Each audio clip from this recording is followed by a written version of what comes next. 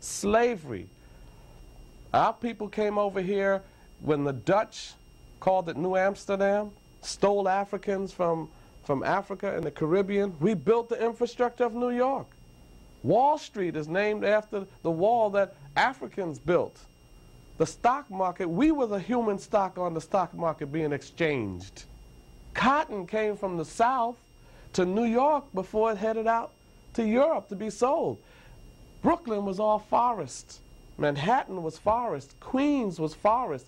My ancestors leveled the field, leveled the forest so that they can cultivate the land for food and roads and bridges and homes. We built that only to be murdered, raped, and brutalized.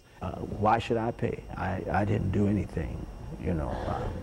Well, what we are requiring, at least people with whom I'm involved, is that the government and corporate America pay.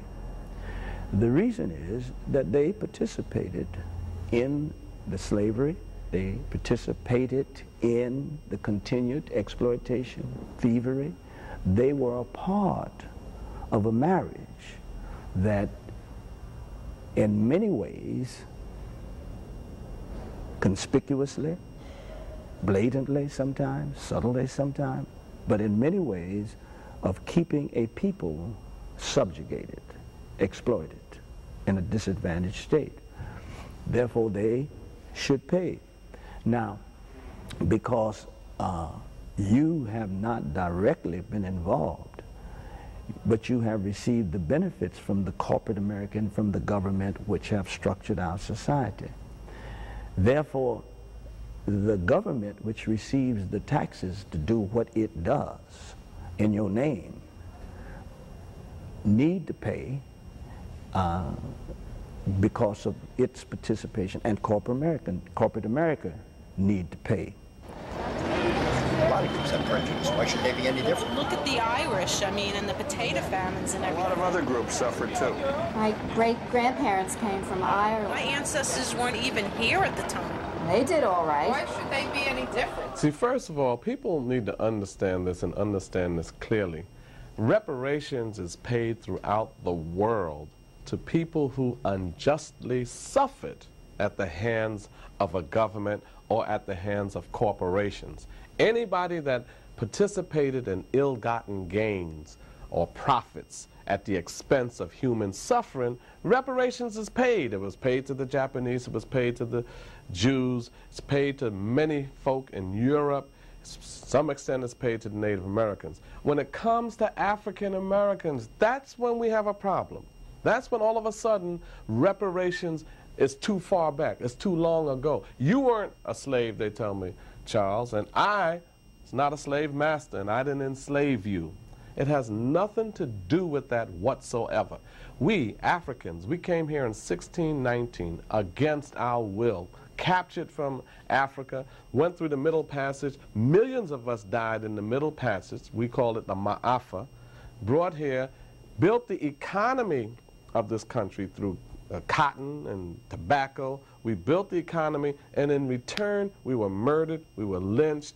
You know, some people say, well, so what? My ancestors are Irish or Italian, and you came over on your own free will. Nobody stole you and brought you here. You came by choice. And when you did come, yes, there was some form of discrimination against you, but the Irish got into the police department and in government. The Jews got into the garment district because of their skin pigmentation. They had access to social economic mobility. And while we were already here, they came in at the bottom with us and shot up because of the color of their skin. And they weren't lynched and murdered and the things that happened to us. The suffering, the world, the United Nations said the transatlantic slave trade is the greatest crime committed against humanity. That's an awesome statement.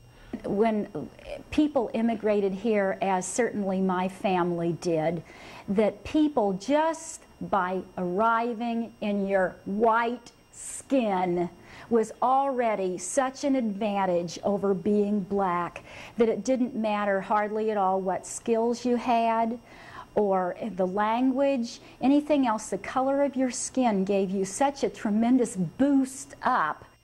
But as a psychiatrist, I've treated many middle-class black people who suffer from issues of low self-esteem around being black, frequently have more self-doubt than they should because they're black. Am I good enough? Do I belong here? A general feeling, psychological feeling, of feeling unwelcome. And that is a traumatic experience, to feel unwelcome. We were not welcome when they brought us here. We were being exploited.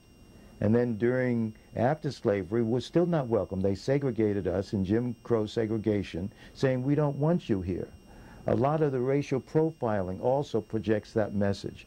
You're not welcome. We don't want you here. We would like to get rid of you. You bring ill to our society. So there's a feeling, a chronic feeling of living in America since slavery, of feeling like rejects. And they used to literally say, why don't you all go back to Africa, over and over and over again. And some people probably saying that today. So that black people have always felt like in a land where they were not welcome. Not the same type of feeling that they came here of their own free will as immigrants to make it, but they came here against the will and then were still not wanted here. Yeah, they call it welfare. It's equal here in America. Better to be black now than white. Wasn't affirmative action enough? Why don't they work for a living like us? We give enough in welfare. And when we talk about, let's say, affirmative action, I think of the affirmative action of 1862, the Homestead Act, when if you were white in this country and you could go to the Midwest and claim land, well, my great-grandfather couldn't do that. Not because they were not master farmers. One was a carpenter and one was a farmer, and my father was a farmer, but because it was not for them. And so when people say about affirmative action, oh, we've always had affirmative action in this nation. But affirmative action has been for people not of color.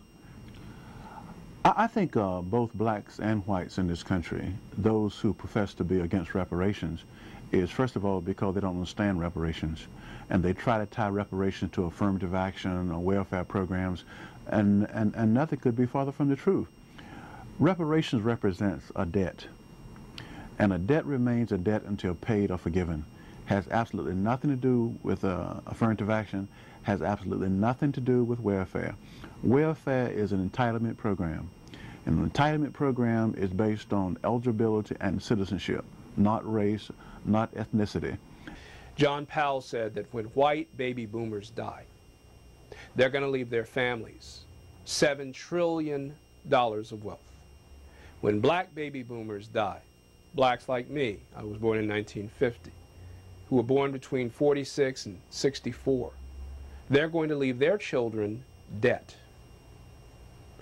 Blacks are in a hole that they will never get out of. And there is no amount, affirmative action was only paycheck equality. That's all it was. It was only designed to give us access to jobs that we should have had 2 generations earlier. But it did not change the wealth equation between black and white. It did not transfer wealth from one group to another. And so when I talk about structural deficits, $7 billion debt, 1/3 of all black households has a negative net wealth, a negative net wealth. The typical white household in this country today has a net wealth of about $125,000. For blacks, it's less than 1/7 that. And so consequently, even blacks who earn the same amount of money as whites generally have much less net wealth. You know who's come out the best under affirmative action? White women. It's really white women who've benefited the most from affirmative action. And the thing that I say is that, look, see the skin color? That's my personal cradle-to-grave affirmative action. And no matter what kind of a hardship, whatever I may have to face, as long as I've got this white skin, it gives me such a huge leg up over anybody else who is of color that it's just incredible.